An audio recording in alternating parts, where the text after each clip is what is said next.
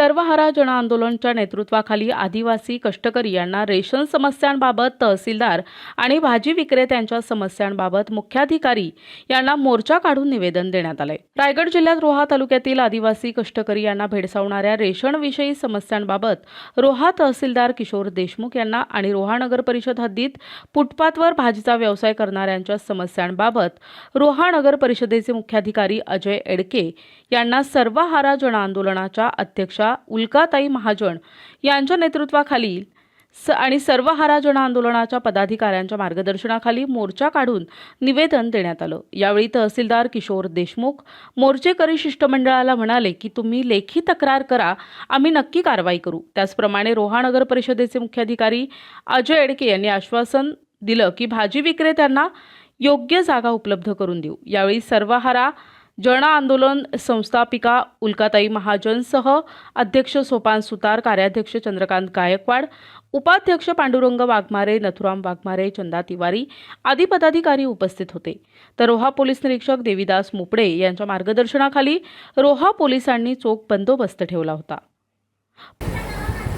Ration बद्दलच्या अनेक तक्रारी आजच्या मोर्चाचा एक मुख्य विषय आहे आणि त्यामध्ये आज हल्ली जे मशीनवर त्या पॉस मशीनवर अंगठा उठवून रेशन दिलं जातं ती सगळी जी काही पद्धत आहे ती पद्धत चुकीची पद्धत आहे आणि त्याच्यामुळे हे कष्ट करणारी माणसं जी मातीत काम करतात त्यांचे अंगठ्याचे ठसे सतत बदलत राहतात आणि त्यामुळे मशीनवर अंगठा जुळत नाही अशी तक्रार सार्वत्रिक। पण तो जुळला नाही म्हणून दुकानदारांनी रेशन न देता त्यांना परतवून लावता कामा नये हा आमचा तक्रारीचा एक महत्त्वाचा मुद्दा आहे की आता अन्न अधिकार कायदा आहे आणि त्या कायद्यानुसार ही कायदेशीर अधिकार दिलेला आहे। त्यामुळे परतवून लावता येणार नाही लोकांना।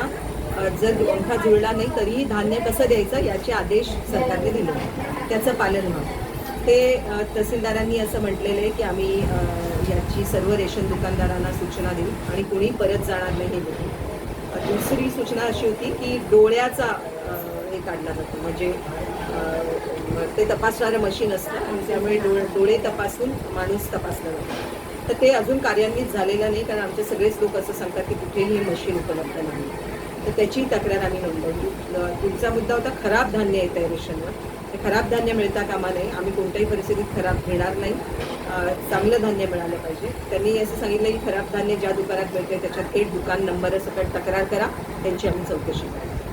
तिसरी तक्रार अशी होती की विभक्त रेशन कार्ड दिलं जातं, म्हणजे आदिवासी कुटुंबात मुलाचं लग्न झालं, स्वतंत्र कुटुंब झालं तर ते नवीन कुटुंब जे तयार होतं त्याला रेशन कार्ड मिळायला पाहिजे, ते मिळत नाही आहे आणि त्याच्यात अनेक अडचणी सांगितलेल्या आहेत। त्याचेही आदेश आम्ही देतो आणि त्या विभक्त कुटुंबांना पण राशन कार्ड मिळतील असं त्यांनी सांगितलं। जी कणी दिली जाते त्या कणीबद्दल तक्रार केली गेली, ती कणी आम्ही घेणार नाही, कणी बंद करण्यात यावी। दुसरा मुद्दा होता नगर परिषदेच्या मुख्याधिकाऱ्यांकडे आणि त्यात जे पथविक्रेते बसतात म्हणजे आजूबाजूच्या गावातले शेतकरी आदिवासी आपल्या शेतातलं आपल्या रानातलं जे उत्पादन आहे ते घेऊन विकायला बाजारपेठेत येतात, त्यांना बसायला जागा मिळाली पाहिजे आणि त्यांना तिथून उठवता कामा नये, त्यांचा मालाची नासधूस होता कामा नये, कारण आता पथविक्रेता कायदा 2014 पासून अस्तित्वात आहे। त्यामुळे कायदेशीर अधिकार आहे पथविक्रेत्यांना आपला माल विकण्याचा आणि त्याच्या कायद्यामध्ये जी काही कार्यपद्धती सांगितलेली आहे की त्यांच्यातूनच कमिटी निवडायची आहे, सर्वांचं सर्वेक्षण करायचं आहे,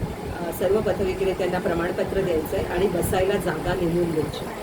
हे काम अपूर्ण असल्यामुळे हे सगळे गोंधळ होत आहे। तर आता मुख्याधिकाऱ्यांनी हे कबूल केलं की आम्ही कोणत्याही परिस्थितीत मालाची नासधूस करणार नाही, कोणालाही पूर्ण प्रक्रिया झाल्याशिवाय उठवणार नाही आणि मोकळी जागा करून देऊ। रोहा शहरामध्ये 3-4 ठिकाणी असे स्पॉट निश्चित केले जातील जिथे हे फिरते पथविक्रेते जे आहेत किंवा थोड्या काळासाठी येऊन भाजीपाला रानातली उत्पादनं घेऊन बसतात त्यांच्यासाठी जागा दिली जाईल। प्रतिनिधी नरेश कुशवाहा, NTV न्यूज मराठी, रोहा, रायगड।